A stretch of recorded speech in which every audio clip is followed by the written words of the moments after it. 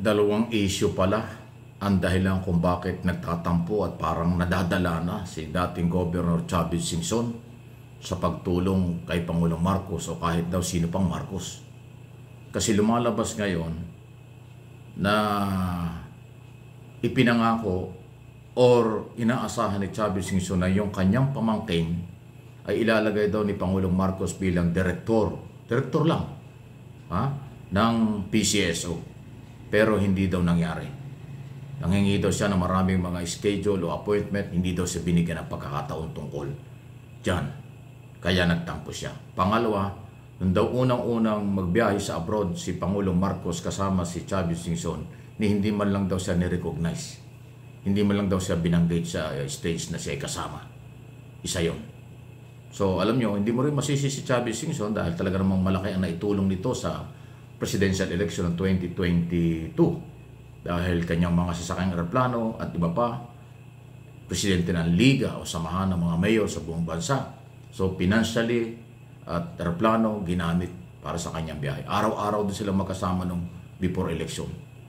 Pero after noon ay siya'y nakalimutan hanggang ngayon kaya nagtampo at hindi lang tampo, may sama ng loob talaga at nagpapa-interview pa sa media si Chavez Singson at kanyang ini-expose ang ganitong sitwasyon sa pagitan ni Pangulong Marcos at ng mga Marcos mismo at sa siya bilang dating gobernador at Ilocano. Naku, anong nangyari? Paano mariresolve yan? Lumalaki yung issue at lumalabas ang mga dahilan. Ano po inyong masasabi dyan? Talaga matindi. Samantala, fictitious o gawa-gawang pangalan dyan sa CIF, Confidential Intelligence Plan ng Office of the Vice President, hindi po ito biro. Ito'y seryosong problema at seryoso ring sinagot ni Vice President Sara sa kanyang interview dyan sa dahig nung siya ay nasa Europe. At actually ngayon nasa Europe pa. Bakit daw pinapaniwalaan ng Kongreso at ng mga mamamayan na yung gawa-gawa, fictitious na kailang ginawa sa confidential fund, acknowledgement receipt ay pinalalaki at pinatulan. Normal lang daw yun. Wow! Hindi po yan matatanggap ng taong bayan. Kasi pera ng mamamayan dapat malinaw, mayroong accounting na matino kung saan ginamit. Although ngayon mayroong debate na mayroon daw report ng COA, mayroon daw opinion ng COA at isinasalba si Sara. Ay opinion lang po ng COA yun. Hintay natin na kapag natuloy ang impeachment trial, pati yung COA yan pwedeng ipatawag sa Senado at magpaliwanag. Bakit sila pumayag sa acknowledgement receipt nang walang kumpletong pangalan? Kasi sa intelligence at confidential fund, yung mga asset na ganyan, normal yon. Pero bago yung mga aliases na yan, dapat mayroong dokumento na kumpleto ang pangalan, address at mapagkakakinanlan ng totoong tao. Hindi kasi talaga pwedeng ilabas ang kumpletong identity ng mga asset sa intelligence operation. Pero dapat yan mayroong official na record ng kumpletong pangalan at address para malaman yun ang accounting na yun ang tamang tumanggap ng pera.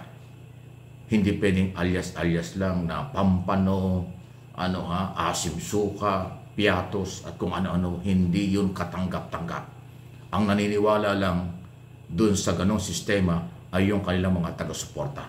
Pero ang mamamayang Pilipino may-ari ng pera, kayo ding mga DDS, kayo din nagkasama sa may-ari ng perang ito, papayag ba kayo? Ninuloko kayo? Papayag ba kayo na ganyan-ganyan lang ang justification na parang normal lang? Huwag na tayong magreklamo dahil yung mga aliases na ganyan ay kanilang pinagkagastusan ay hindi naman talaga tao. Ayon sa Philippine Statistics Authority, hindi tao. Walang birth certificate, walang marriage contract, walang death certificate. Yung halos 4,000 na mga acknowledgement receipt na isinumiti ng Office of the Vice President sa COA. Pero hindi naman po malinaw kung paano isinasalba ng COA. Mukhang opinion lang ang kanilang nilabas pero ginagamit na ng ibang mga naniniwalang na clear na yan. Hindi pa po clear yan. Pag pinatawag ng Senado yung COA, diyan sila magpaliwanag kung paano nila justify na tama ang paggamit ng aliases ng walang kaukulang dokumento for identification ng tao o ng lehitimong tao, mamamayan na pinagkagastusan ng CIA, ng Office of the Vice President. Hindi pa tapos yan. Okay? Sunod na ating pag-usapan. Naku, ito yung kinababahala ko. Ako sa tagal ko, ako po yung naging reporter sa Kongreso, naging reliable reporter ako sa Senado noong ako reporter pa, at alam ko kung ano yung kapangyarihan at paggawa ng batas ng ating mga mabatas, kasi sa ilalim po ng Presidential System of Government at 1987 Constitution, lahat ng panukalang batas ng Kongreso subject for approval ng Senado. Lahat ng proposed bill, panukalang batas ng Senado, subject for approval ng Kongreso. In other words, kailangan nagkakaisa sila at sasang-ayon sa mga panukalang batas. Kasi kung may kukontra, hindi sasang-ayunan, mababaliwala lahat yan. Ngayon po ang tingin ko maaapektuhan. Apektado na yung relasyon dito sa issue ng impeachment. Kasi masyadong nasapawan, masyadong parang, ang aking opinion, parang masyadong minamaliit na insulto ang mga congressman at kongreso sa ginagawa ng mga senador judges dito sa kailang kasong article of impeachment. Kasi mahalaga po na maganda ang relasyon ng Kongreso at Senado para mapabilis ang trabaho nila. Ngayon po, pagsisimula ng 20 Congress, maraming proposed bill na hihilingin si Pangulong Marcos sa kanyang State of the Nation address. Kung ganyan na parang merong gap, merong pataasan ng ere, may mga ego, kung ano-ano, between Congress at Senate, apektado ang proposed bill. Pati yung budget for 2016 baka maapektuhan din. Yan po yung ikinababahala natin.